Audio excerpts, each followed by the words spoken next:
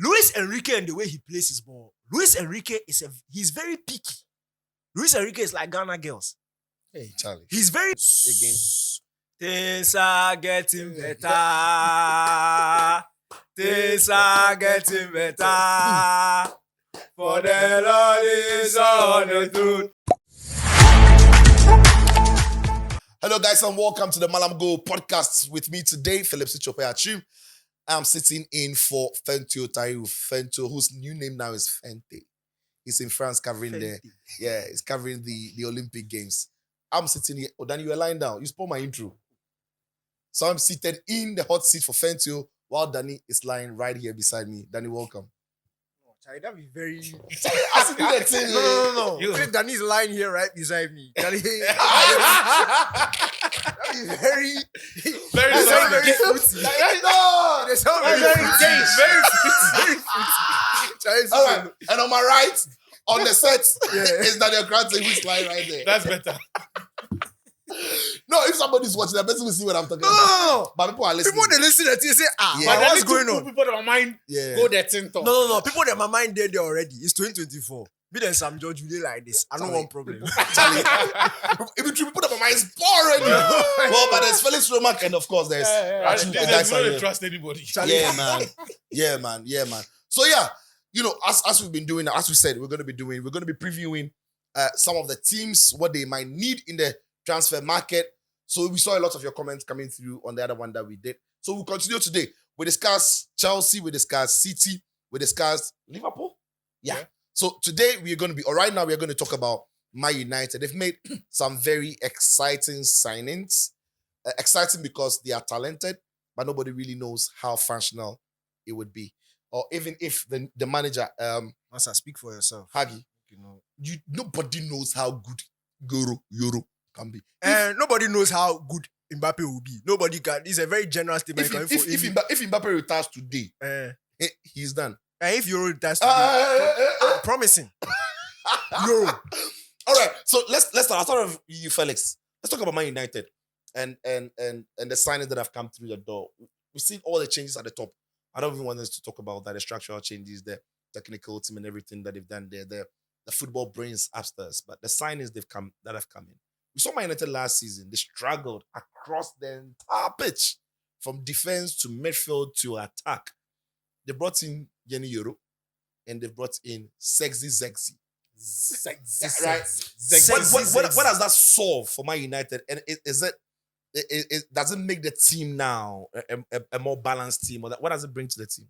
Well, I don't think it makes the team balanced, but it gets to solve some issues with the team. So I think that for Euro, you look at United in defense, I think that they've had issues with the inconsistency of Harry Maguire, Johnny Evans, though I think he's gotten a 1-year extension of his deal.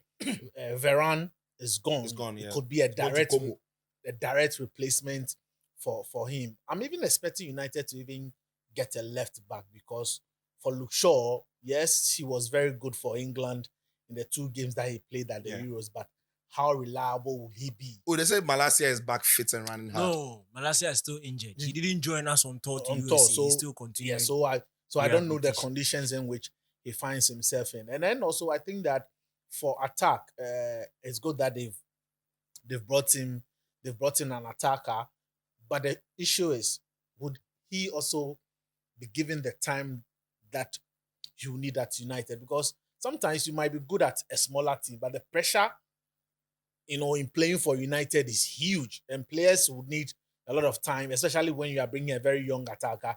We need a time to adjust, one, to the league and to the pressure of playing for Manchester United. You won't say that the signings they are bringing in are finished product that will instantly come and improve your team. I don't think that any of us would have thought that a player like Kobe Mainoo, who this year was playing in the UEFA Youth League, all of a sudden is starting for England at the Euro final. It means that you need to give players time, and that is something that United and then the technical team will need. But I don't think that the 2 signings so far will solve the problem that they had. For me, I think that they also need width, because I look at the team, Rashford hasn't been consistent with United in the last 2 seasons. I look at Anthony, your favorite player. Oh no, I mean, ask Anthony. People have said we should give him 2 seasons. No, in no, England. Charlie, He got that. Enye. This is the season Enye, that Anthony cooks. Enye, I think that United will need to find a replacement for him. I think that he's had ample time, a lot of games to make sure that he improved, but he hasn't had anything to the United team. I think that maybe they also need to look at getting another extra midfielder. I doubt if Casemiro would be there for the entire season. If he doesn't leave this summer, probably when the January transfer comes along, he would be leaving. But there's still a lot of business United needs to do. Right. Maybe goalkeeping. No, He came in just last. no, I mean, for second choice. Because I look at the second choice goalkeeper, the Turkish guy. The Turkish guy, I'm not convinced. I'm not convinced. That's at your all. idol, go you Povex. I'm not convinced at all. So they still need to at least get some one or two a left back, the midfielder, and then maybe an extra attacker or a winger, I should say. So they still have a lot of business to do. But I don't see them as title favorites. I think that they could be kingmakers. Maybe take some point off City or take some point off Liverpool. So, but as United go into the season to win it, I don't think they will. But they will be good in the cup games, in the one-off games, just as they've been doing with in the last 2 seasons. In the last 2 seasons. Danny, the Man United's case is quite complex because, again, we've spoken about other teams and their injured players coming in as new signings. Mason Mount perhaps also comes back. It comes to this season as a Have new you forgotten he's a United player? Yeah, he's a Man United player. He's probably coming in as a new signing again. Things are getting better. Things are getting better. For the Lord is on the throne. Things are getting better. Things are getting better. Things are getting better. Hallelujah. Things are getting better.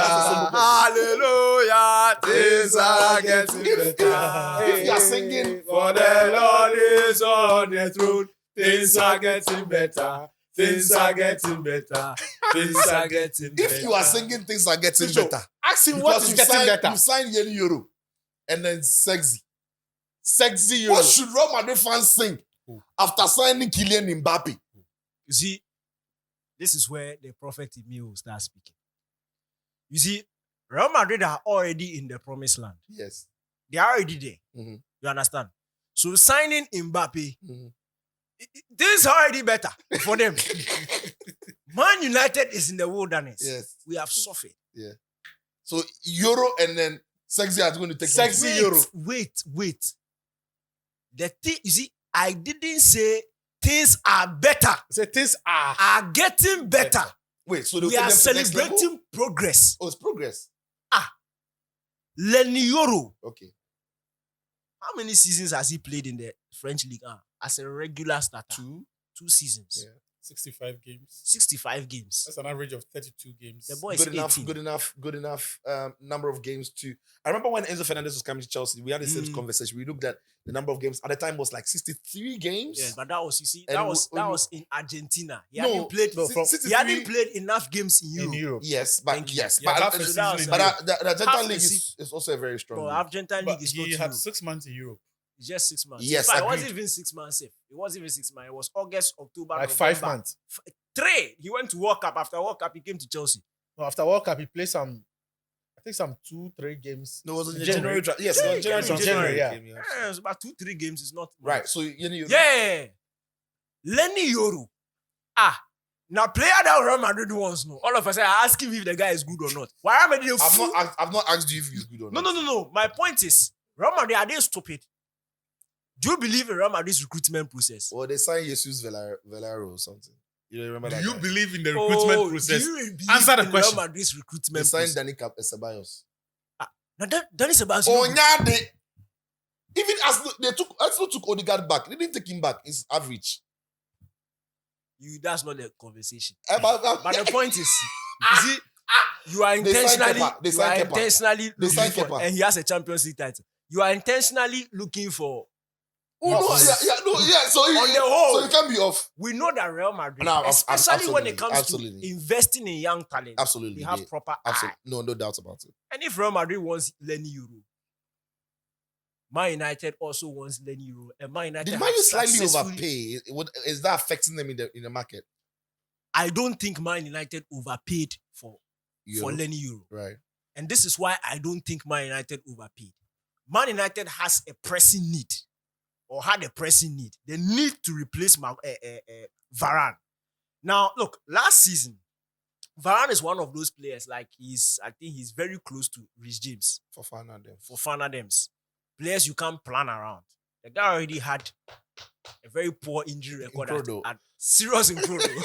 And he brought it to United.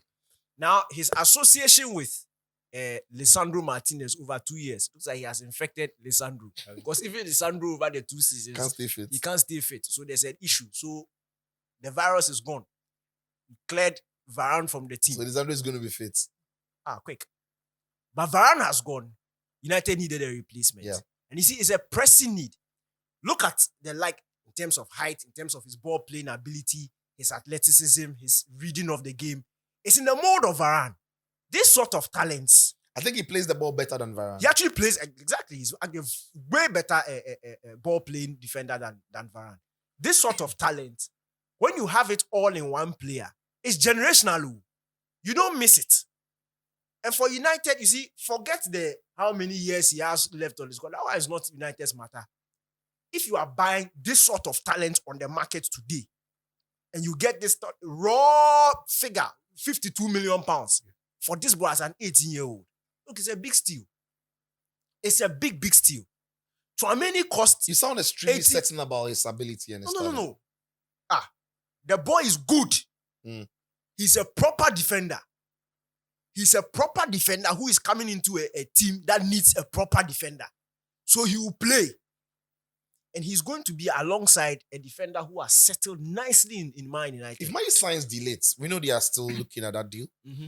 If Man U signs delayed, does Yoro start straight away? You see, this is the beauty. Thank you very much for the question. So, DC for Amansia West. So, you see, for a team like Man United, yeah, and I'll circle back to something that Atu said. We have spoiled football in the standards of certain teams. That Liverpool is we are willing to give a Liverpool manager free pass in his first.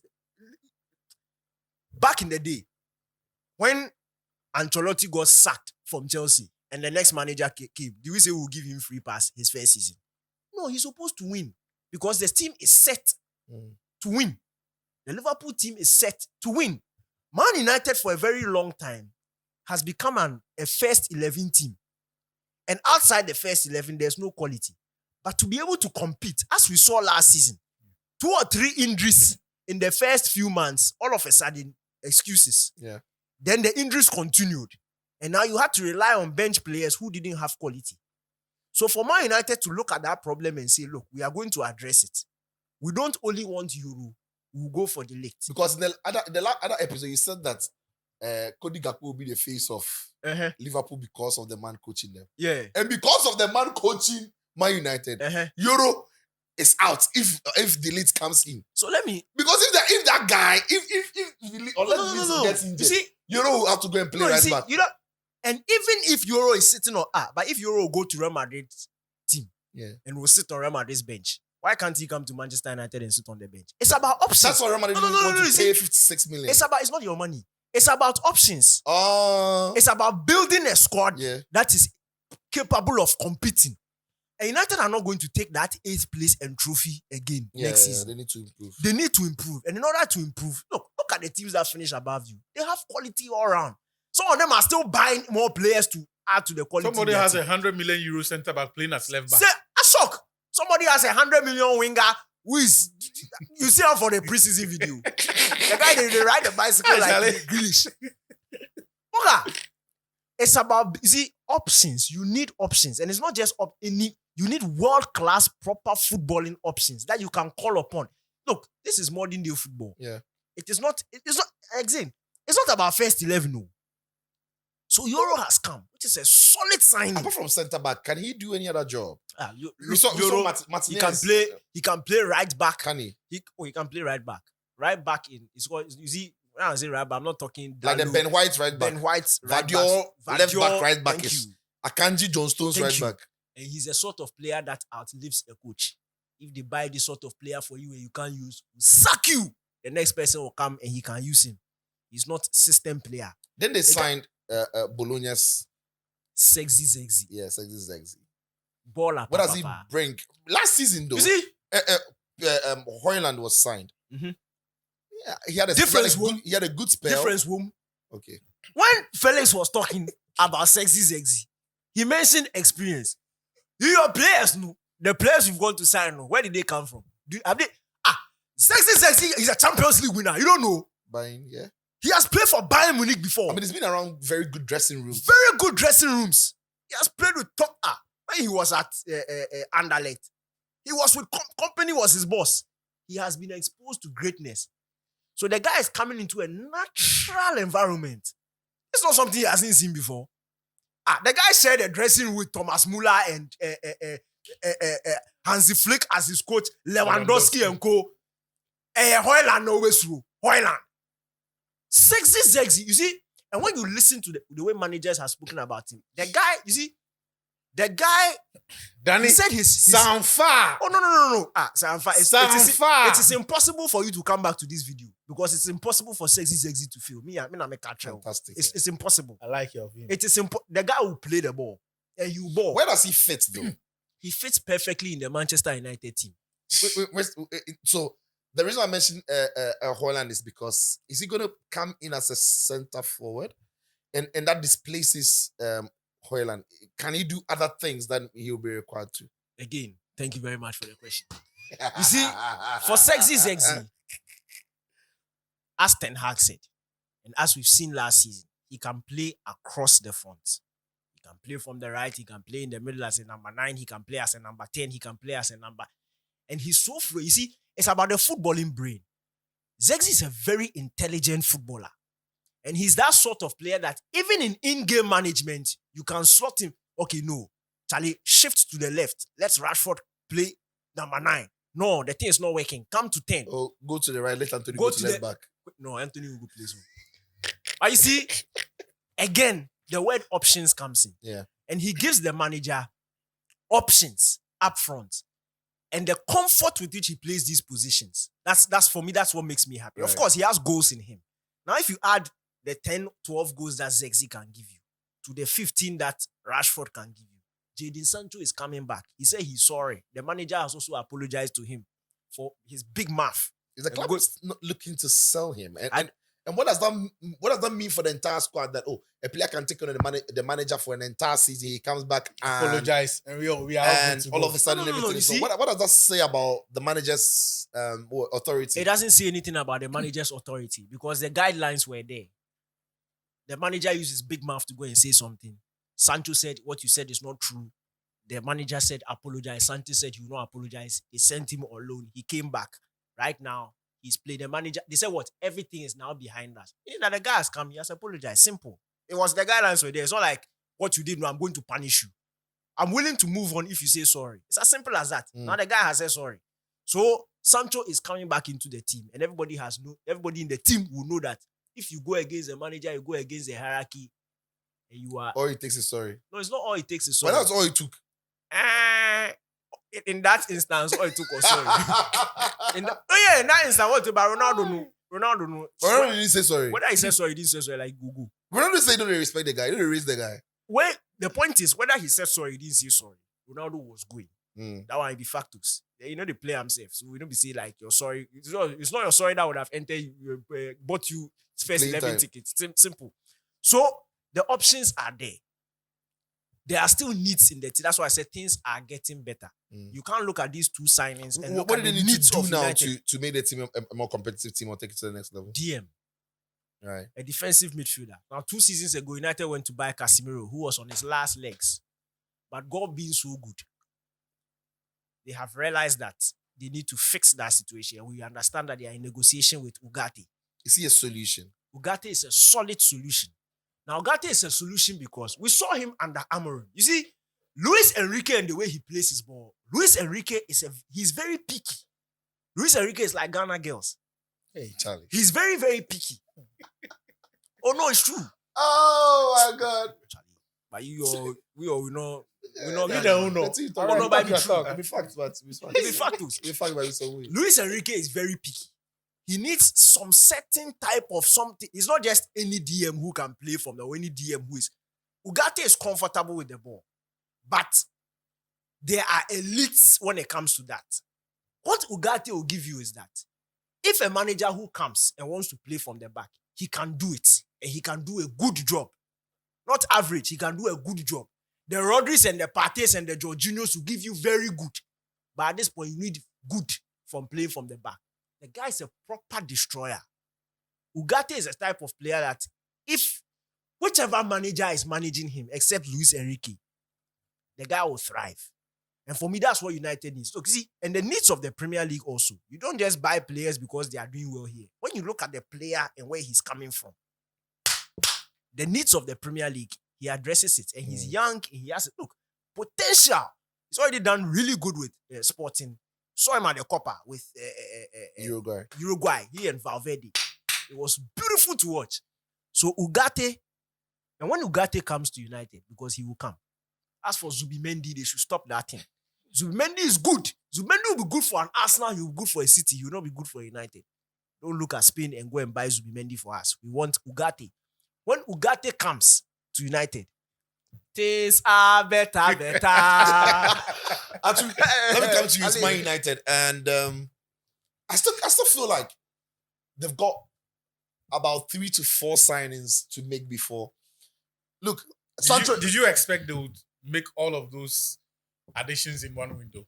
No, yes. Why? And no, because I'm thinking if they do the business well, get a 50 million from the sale of Jadon Sancho, get a 30 million from the sale of Harry Maguire, get a 25-30 from the sale of Scott McTominay. You know, there are players that want to move, or maybe Lindelof. I think they've got 100 million of players to sell. And if they move these players on, then they can spend some money. But I agree with that. They need a DM. I still think Anthony is not good enough, so they need another wide player to play in that position. I don't trust Højlund as their centre forward going to the season. So maybe Ivan Toney does a job. You know, I still think there are a couple of things. And even after Leny Yoro coming into the side, I still think you need another centre back. That is if you're getting Lindelof and Maguire away from the club. And a proper right back. Dallo was brilliant last season, but I still think he's not it. Okay, now let's talk about reality. Okay. Jadon Sancho. Wait, so they're not going to sell Maguire, they're not going to sell I'm coming. No, but today we saw reports. PSG are looking They at said, signing him. not even the right back situation. Yeah. They said Jeremy Frimpong and or Dumfries. or Mazraoui. Dumfries. Yeah. Mazraoui. Dumfries. And I hear Inter Milan also maybe they're interested in Aaron Wan-Bissaka, who will be a great fit for them because if they're playing the back not just a fit, an upgrade on Wan-Bissaka. who will be an upgrade on Wan-Bissaka? Dumfries. No, for Inter. So for Inter, Yeah. Wan-Bissaka will be great because Of the system they play. the back three they play, he can very much, I think, if his mind is tuned on, Inzaghi is able to recoach him to play the right hand side as a centre back, right centre back, Charlie, that thing. Inter will miss out. Inter will be at the losing end of that transaction. Wan-Bissaka is a great defender. No, yes, but the attacking threat Dumfries gives Inter. No, you don't get No, that. no. I'm So, saying that talking about if right Dumfries centre comes in, Yeah. right? Inter might then as well buy a right wing back. And no Wan-Bissaka. Yes, but what that does is Wan-Bissaka can be that right centre back. So they can be Okay, Wan-Bissaka, De Vrij, and then Bastoni. Okay, Right? not Because- as the right wing back. Because I think defensively he's great. He's got a great stature and Very all well. of that. The reality is this. Jadon Sancho as it stands now, Yeah. away from all the flashy things he did in the Champions League, he's not a consistent performer. True. Nobody is going to make him their primary target on the transfer market. And Hey, pay, PSG are It's not interested true in- that Jadon Sancho is not a consistent performer, but it's okay. and pay 50 million pounds. I mean, he's not had 2-3 seasons consistent high level performances. So The guy came in first half Oli, second half Ragnick, then Was he another consistent? first half. Abaha is a player supposed to be consistent. But Bruno Fernandes was consistent. Bruno is a different level. Right.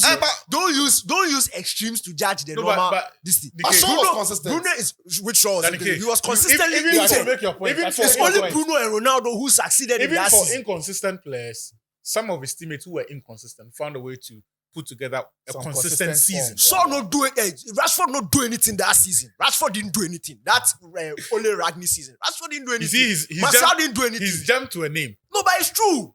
It's true. Why do we always want to remove him from the No, equation? you are talking about one. Sancho is suffering, or Sancho suffered what a large chunk of the United team suffered. Yeah. It's not, you can't single him out and say No, I'm Sancho not is singling not. him out. I'm Then, just saying then we that. should sack the whole I'm team. just saying that even in the inconsistent season, one of the inconsistent players in Rashford has fired 2 good consistent seasons. One under Ole, one under Ten Hag. No, not relax. Because then if you go back to Sancho's seasons in Dortmund, he was consistent. On that one, Bundesliga is no football again. When he came to Premier League, after the first inconsistent season with United managerial changes, the following season, he starts know what happened. He starts the season know what happened under Ten Hag. Ten Hag said the guy, no, the mental health, this one, they sent the guy to Holland. The boy came back after World Cup, no, you say the boy is lazy.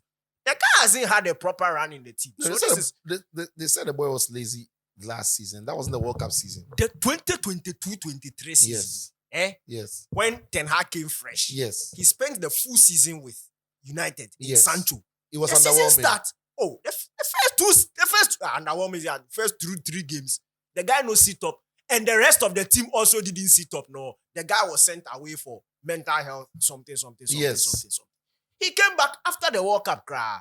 Yes. After the World Cup, by that time the United team set already at the line. That was when Ronaldo had left. Vegas them had So come. it's part The of this. United no. So you didn't really see the best of Jadon Sancho. Yes. Then the season ended. We were all thinking that okay, fine. He'll kick now on the next he'll kick season. on the next season. And it didn't The happen. season started, they said the guy has a big mouth. And that was after the Arsenal. The Arsenal game was like in October. That was like 2 months into the start of the season. But before And then, he had not yes. played well. And then he went to Dortmund for the second half of the season where he was consistent. So for Dortmund United, consistent. last season, you know what Well, Dortmund? not in my books. The Look, I thought guy did well in gave selected. at least 7 over 10 no, on an I thought he average played well at performance. Dortmund, but a lot of the applause he got was In the very Champions overblown or blown It's out not of proportion. Champions League. The league. He played well in the league. No, I thought he was okay, he was decent, but people overstated it, right? I thought it was blown out of proportion. He had very decent games, very okay performances. That if I'm not looking to be picky, I'm not going to say he was great. I'll say he was okay. But many people overlook, like basically, we're looking out for it. It was also because he had Basically. issues with Ten Hag. yes, No, but even beyond that, basically, did he do enough for Dortmund to say that we can even come back with 40 million? They don't have money. You see, don't do that. Dortmund don't have Actually, money. you make your point. No. I don't believe that. No, you see, even I'm for- not for actually not PSG. to catch you. No, it's because of what Felix said, and that's also the thinking around. It's not like Dortmund don't want him. Oh. Dortmund don't have 40 million to come and buy the guy. no, but That's even why if they do, United are paying the guy close to 300. they can pay. So it's not like he's not good. So that's another issue. But even with PSG, clearly, the interest is Desiree Doué.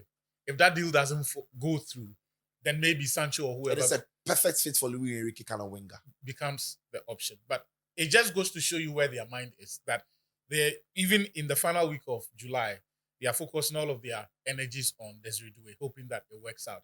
I'm just saying that it is not realistic that United will make the sort of monies that people are mentioned, that you mentioned that they can make through sales. Even with Harry Maguire, West Ham have not exactly come back with another offer for him. Scott McTominay, nobody's made an offer for him. Oh, Scott was in the news for Fulham or something. Offer. Matonto, but Fulham go sign somebody. No, Emerson will roll. But those they are 2 different players. Yeah, but Sicho, but the Matonto issue, Sicho, I'm not. All of these Matonto, guys the will have 25 interest. There are clubs who will always be interested in Wait, these wait. guys. Man United can sell McTominay for 30 million. Sicho, if nobody makes the offer, are you going to sell them to yourself? No, I think the transfer window is still young. Like teams will know when they are desperate, and McTominay is surely one of the players. If United wants to Sicho, get at off this their books. point, if none of these clubs have made an offer for any of these players, it means they are not priority. Do you know who the manager of West Ham is now? Julian, Lopetegui. Isa. Make Why they can't hype am? relax. You see, I'm not talking about Sham. I'm talking about principles. We know that David Moyes and their sporting director were two different wavelengths. Lopetegui's principles. It's not my turn to pick direction around kind ball. Yeah, Bobono Alvarez. This one, Kudus. Yeah, Bobono. Don't come in. The glass they won't buy him. So as for say 30 million. the money they'll make on the market, look, it's a myth. Right. This guy, you funny. To the main issues, look, I think United have played a blinder on the transfer market. Thank you. Whatever you think of look, people have not properly appreciated that move with Leny Yoro. It was an ace move. Ace. The kid is a generational talent. What Look, the ace do? Madrid, but there it is. Madrid spent, No, they cover the ace with the club. yeah, but you can see it. But at least. slim to his jaw. Madrid, Why you go? it's covered all around. He covered the ace off. Madrid spent 2 years convincing this kid not to sign a contract extension. In the Champions League final, somebody's player, Madrid have gone to kidnap the player, sent him to the VIP box to watch the Champions League final. I mean, how? For the mind inside, he's set. Like Perez, for his mind inside, he should share the same finish. If Perez is signing Euro because he's thinking of the future, like he did for Vini, Rodrigo, and What's future? Chicho. Madrid Chicho. don't have He wasn't- centre backs Chicho. now. No, hang on. Chicho. He wasn't coming to play this season. Chicho, he for was sure. coming to play this season. And let me tell you why it was a myth. Tell him. Let me tell you why it was a myth. Tell him. As we speak, the only fit centre backs Madrid have got, one of them is now returning from the Copa America, Ida Militao. The other is also now returning from the Euros. Rudiger. The only fit centre back they've got are those two. Alaba has returned. Alaba, you want to plan your season around Alaba, who can't stay fit. Madrid sold Rafa Marin for 20 million euros or so because in the grand scheme of their plans, Euro was banked. There's no way Madrid were going into the season with only 2 fit centre backs. No. What I said is this. Euro was going to play games for sure. I mean, Ada Gula and You Co said played games. they didn't. But he wasn't going to start. He was going to play a lot of games. That we don't know. If Rudiger stays fit and there is Eda Militao, those two players don't get injured. Eda Militao's injuries. Eda Militao is not injury prone. I'm saying if Rudiger is fit, Eda Militao is fit. Who? Militao, this is no head. No, he's not injured. No, players get injured. You have forgotten. If players get injured, You have forgotten that. it doesn't mean He's a solid boy. Ronaldo has before. Ronaldo hurt. By being injury prone. No, not be injury prone. So that's what But I'm the saying. point is that Eda Militao not hurt. You have forgotten that beyond those injuries and all of these things you are talking about, there was another exit. In fact, there were 2. Nacho is Rafa gone. Marin and then Nacho.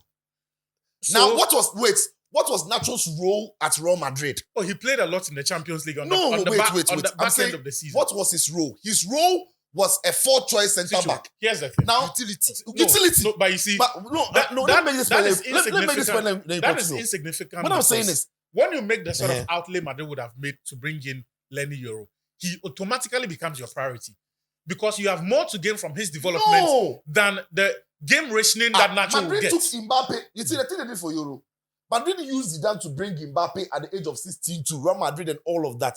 He wasn't a priority at the time, but they had a great plan for him in the future. They did something for Vini. They did something for Bellingham before they signed him. Even Hendrick. Yeah. It doesn't mean, I get what you're saying. They took the boy to all of those. You see, things. that narrative is even flawed because the Mbappe thing was when he was 14 or so. Yes. Hendrick was 2 years away from the move. Yes. For Leny Yoro, yes, that trip was May. Champions League final. It's all part of it. No, wait. Let me answer you. Let me kill that thought. For that trip was in May. 2 months later, they followed it with a 20 million euro offer. It is not as if after that, Madrid said that, you know what, you play the season. We will make the offer. That is a different thing. That would have been a case where they have changed their plans. And so they probably... You said Hendrick was 2 years. Last month or last year. We are in 2024. No, that was only 2023. Yes. So a year before the move, they agreed they moved that time. You see, what I'm saying is... A year before he joined Chicho, I'm saying to you that when Madrid did these things with Leny Yoro, it was with the view what Madrid that... did for Leny Yoro, they've not done something before. That's not what I'm saying. Those are your words.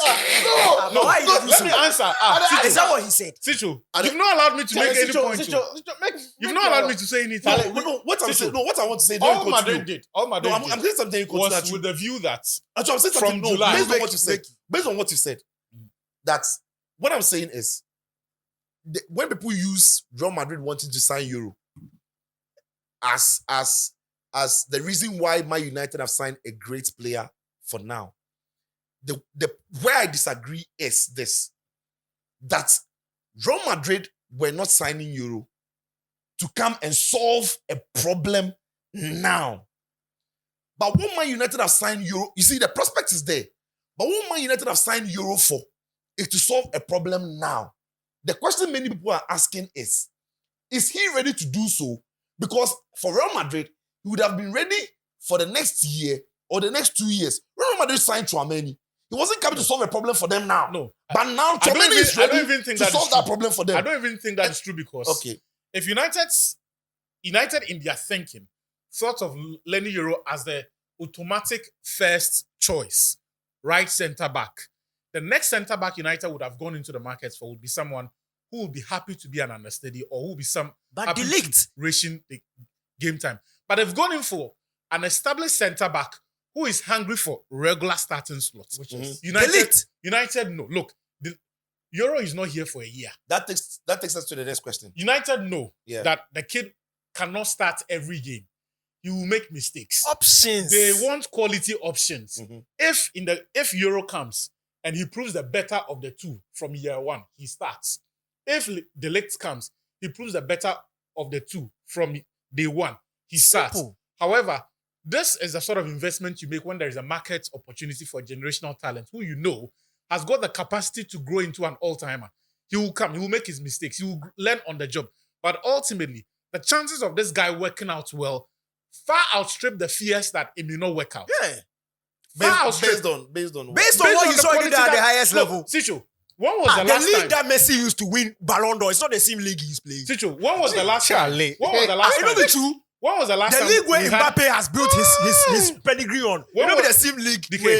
When was the last time we had an 18-year-old? You see the guy has built his pedigree on Champions League. When was the last time we had an 18-year-old who by that age had 65 games?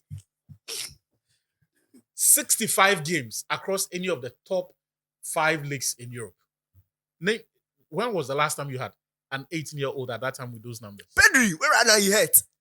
So Yoro to go ahead or No, that's why they buy the league. She's a good manager. So look, there is no hiding from the fact that United have signed a generational talent.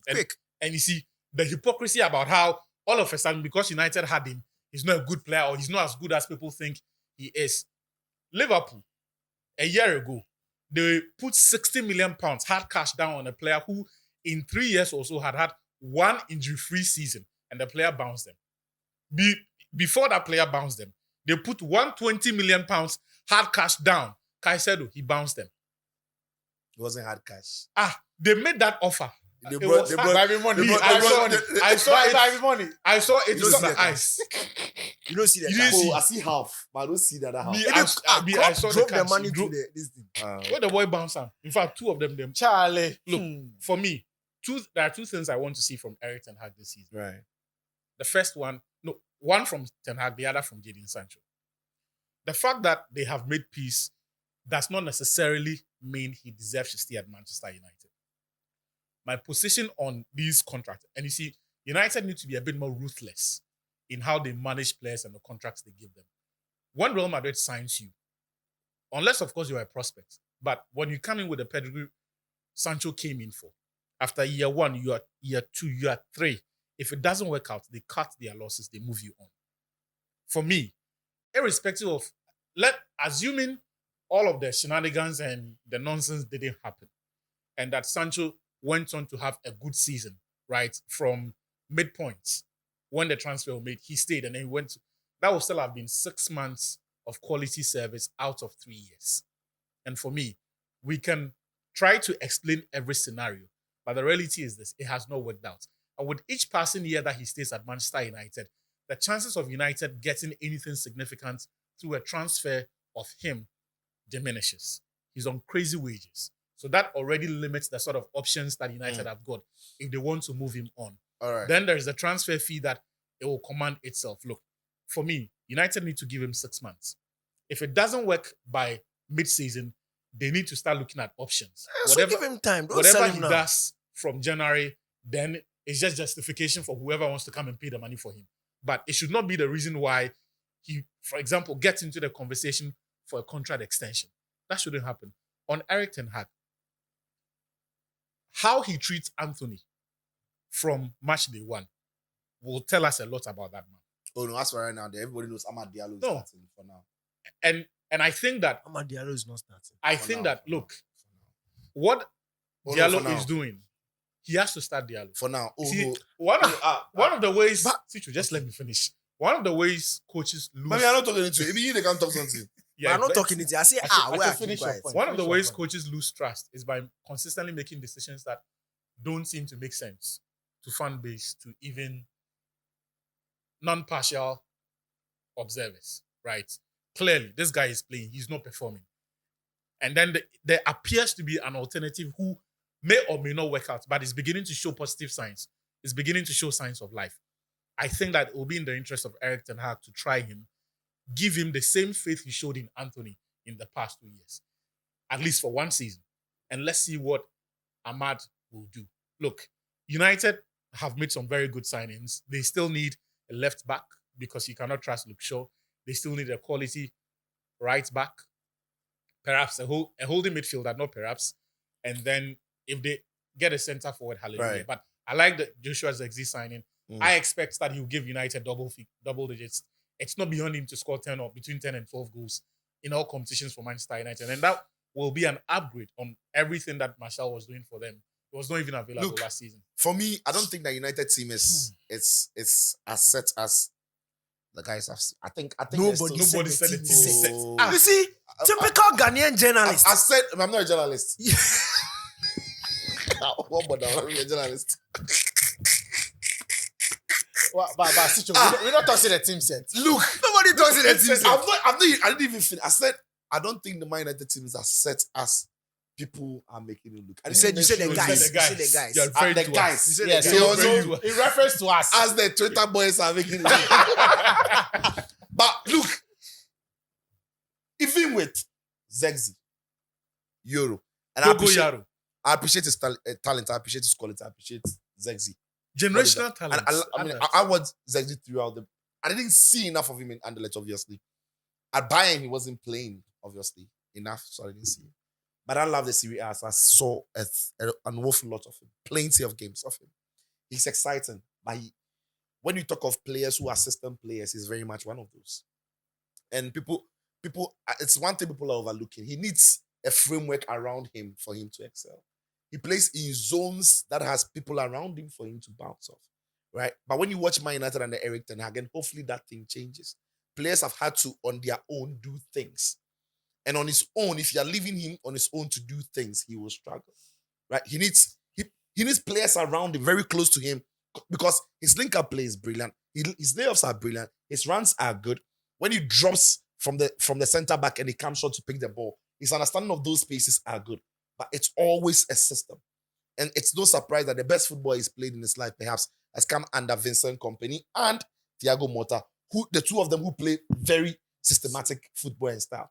If Erik ten Hag can design something like that, it works. I'm struggling to see how he plays around a player like Højlund, because Højlund is poor with his runs. He's poor with combining with other players, and I think that has to improve. Ultimately, United's real problem again would be in midfield. If it's going to be Ugarte, then Erik ten Hag can't afford to play Yoro is brilliant from the back. Martinez is brilliant with it. Luke Shaw has shown that he's good. Dalot can do that. And then Onana can do that. So the first base to play from the back looks like it can be set because Yoro can receive the ball. Delete can receive the ball if he comes. And Bucha can also pick it up. I think that forces Erik ten Hag to want to play from the back a lot more. And Ugarte becomes a big part of it. I personally don't trust Ugarte to do it. Danike has said that he's good at it. I don't trust him to do it, right? If the game is slow and the team is not putting pressure on you, see, at PSG and in his sporting team, his sporting team was virtually like Man City, and they were dominating. They were playing so well in the Portuguese. It was like Man City in the Premier League, where not too many teams are even looking at pressing City very hard. It's only the likes of Liverpool, maybe Spurs, few teams press high up against City because anything can go long one and then you do your. Now, in PSG was the same when he started. Not too many teams are aggressive against City. So he can pick the ball and do that. In the Premier League against Man United, until United establishes itself like a City or an Arsenal, teams will be aggressive, right? And if Yoro is going to be picking those balls, I don't see how... What do you mean Ugarte? Ugarte is going to pick those balls. I'll have a problem with him, right? I like him. And then he says it. When it comes to being a DM, and he gets it. Like, he gets it. But if you want to play from the back, but maybe Eric Ten Hag is intelligent. We've seen him do it before. I think we were discussing it off air. That when Casemiro came in, he was struggling to do it. Casemiro will start up with a build-up higher up the pitch, and then Bruno and at the time, Eriksen will drop and do it. So maybe Menu, who has shown that he's good at it at Mayu and even at the Euros, and then Bruno can do that. And maybe we can begin to start seeing a lot of that. So we'll see. But United need a goal scorer. United need somebody. And now that if Sancho is staying, then I think first choice on that side, for now, to be fair, Ahmed Diallo has to compete with Jadon Sancho and Anthony. And on the right. Wait. On the right, yes. Wait. Why Ahmad? Okay. I think Ahmad has never really had a good run to show what he can do. And getting to the end of last season was when he had a better, a consistent run.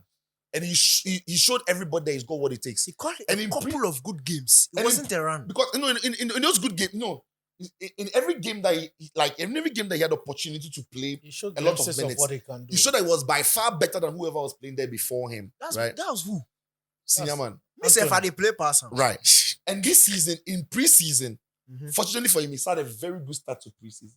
In the 2 games that Man United have played. So, if it continues, then it's just natural that you give him that opportunity to show what he can do, right? So, I mean, obviously, if Antonio or Sancho are better than him during preseason and starts, I don't mind. I'm just saying for now, based on how he ended the season, how he's going preseason, it makes sense that you give him the opportunity to show, what he can do. Then, Sancho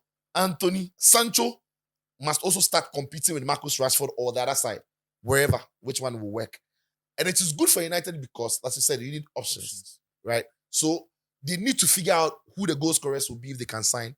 An extra centre-back, if Dele comes in, will be great. I don't know why Eric Ten Hag is fixated on playing 4-2-3-1. Because I think that with his team that he has, he can at least try a 3-back system. He's got the tools to do it. He's got the tools to do it. But he's never tried it. If you got Delete, Yoro, and then Martinez on the left, Delete center, Yoro on the right, you've got Shaw and Dalot, who can sit as a back 5 or push up as fullbacks. If you get Dumfries, takes it to another level. And in the middle of the pack, you've got bodies who can fill it. They've got Marcus Rashford and Bruno, who can play in the half spaces. And then the fullbacks will occupy. Then you've got Zirkzee, who wouldn't be a typical number 9, but will be floating. He has to play around the team small. All right. So, by the way, that is what I've got to say about Man United. United always takes a lot of the time. These guys, I don't know why they love United. They are so crazy about the club. But let me know your thoughts on Man United. That is Man United's number 1 fan, by the way. Things are getting better. Number 1 fan in absentia. Things are getting better. Man United. Team where you can hang the coach. By the way, drop your comments. What do you make of Man United? We've spoken about. So in the last episode, we spoke about City. We've done Liverpool. We've done Chelsea. Now Man United. Let us know what you think about Man United. What they need to do in this team to get it to be competitive. New signings or players that should leave the club. I think Maguire should stay and fight. He's a captain. No, he's my captain. Yeah, Capito has to stay. So yeah. Anyway, so we'll cross over to France and then get in touch with Fenty on the Olympics. He's got a wrap of many, many big things that are happening. So cut that one with Fenty. So as the Olympics get underway, here are 5 rivalries I think you should be on the lookout for at these Summer Olympic Games in Paris. Rivalry number 1 is in the pool, and that is in the women's 400-meter hurdles, where American great Katie Ledecky will be up against her rival Ariane Titmus. And there is a third force in there, Canadian teenager Summer McIntosh could cause a bit of a problem.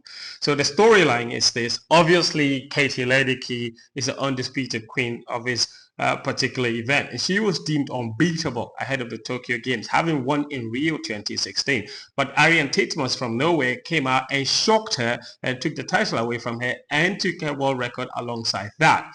Now, Ariane Titmus' own world record was snatched by a 17 Canadian teenager, 17-year-old Summer McIntosh. McIntosh held the record up until Titmus snatched it back at the 2023 World Swimming Championships. And so going into Paris, Katie Ledecky wants her title back.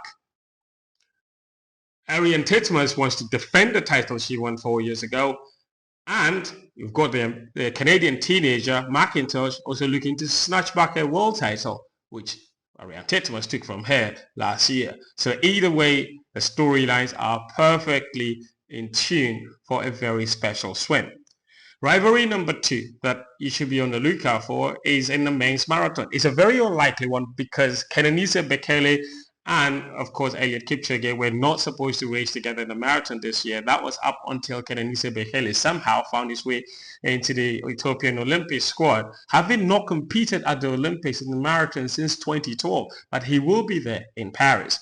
And these two have a rivalry that dates all the way back to 2003 at the World Championships. The last time they raced together was in 2018 when Eliud Kipchoge won. So to have the two of them coming up against each other is another really special race that beckons us in Paris.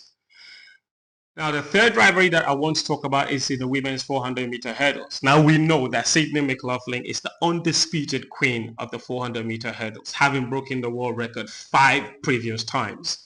But Femke Bol has been increasingly getting closer and closer and closer to the gap. I think that it is understandable for anybody to say that predictably it's Sydney McLaughlin that will win this particular race.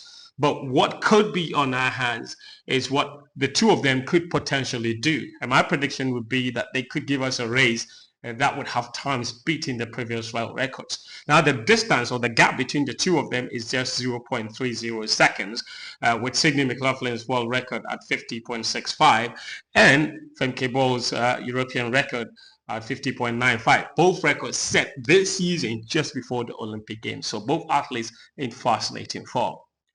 The fourth rivalry that I think you should be on the lookout for is definitely in the men's 400-meter hurdles. And you'd remember that in Tokyo, the three of Karsten Warholm, the Norwegian, the American Rai Benjamin, and the Brazilian Alison dos Santos gave us a race for the ages, where the top two run times that broke the previous world record. And Alison dos Santos, who won bronze, even his time was only 0.02 seconds behind the previous world record up until that particular race. A lot has happened since that race, with the other two who finished behind Karsten Warholm getting global titles. Alison dos Santos won the World Championship in Oregon, and then Rai Benjamin won the World Championship title in Budapest last year. Going into the Olympic Games is Rai Benjamin, the American, who has the fastest time over the distance this year. But whatever happens, we're in for another very special race. The fifth rivalry that I want to talk about, it's more country versus country rather than just individual, because whichever way you look, there's always going to be rivalry in between these two countries, and that is in the sprint. America versus Jamaica. We will see it in the 100 meters in both men and women, with Kishani Thomas and Oblique Seville looking to show no allows a thing or two. In the women, Zirkzee Jackson, obviously not in the greatest form of her life, but you've also got Chilean Fraser-Price still returning, a great Olympian, and they will be looking to push Sha'Carri Richardson all the way, the defending world champion, or the world champion from just a year ago in Budapest. Then you have them in the 200 meters as well. Zirkzee Jackson is the fastest woman alive over 200 meters. And she beat Gabby Thomas in Budapest last year. But Gabby Thomas has the best time in the world this year, and Zirkzee Jackson hasn't been running great. So a lot is at stake in that 200 meters as well. And then you've got the relays, obviously, where the American men didn't even make the final in Tokyo. Their women were beaten by the Jamaicans as well. So a lot of redemption remains for the Americans in this particular sprint. So America versus Jamaica whichever way you look, that's a rivalry that will reignite itself again on the track. I want to give you a bit of a bonus. Maybe, I'm not sure if many of you will see this as a big rivalry, but I think it's going to be Grant Holloway versus himself. Now, we know Grant Holloway is undisputed king of the 110-meter hurdles. He was the big favorite going into the Tokyo Olympic Games as well, but it didn't work out. He was shocked, of course, by the Jamaican Hansel Parchman, who is returning, by the way, and Holloway will be looking to avoid another shock because the only thing standing between him and the gold medal is himself. That stood in his way in Tokyo. Hopefully that doesn't happen again this year. What about you? What rivalries are you looking forward to at these Paris Championships? Let me know in the comments. I hope you enjoyed the video. Cheers.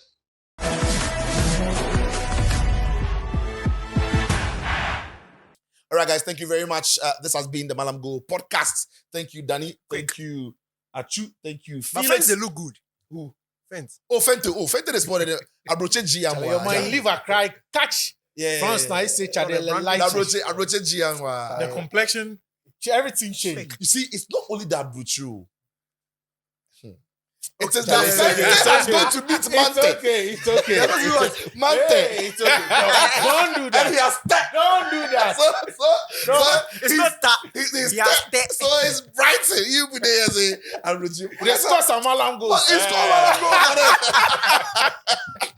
Guys, thank you very much for always switch day somewhere. Yeah.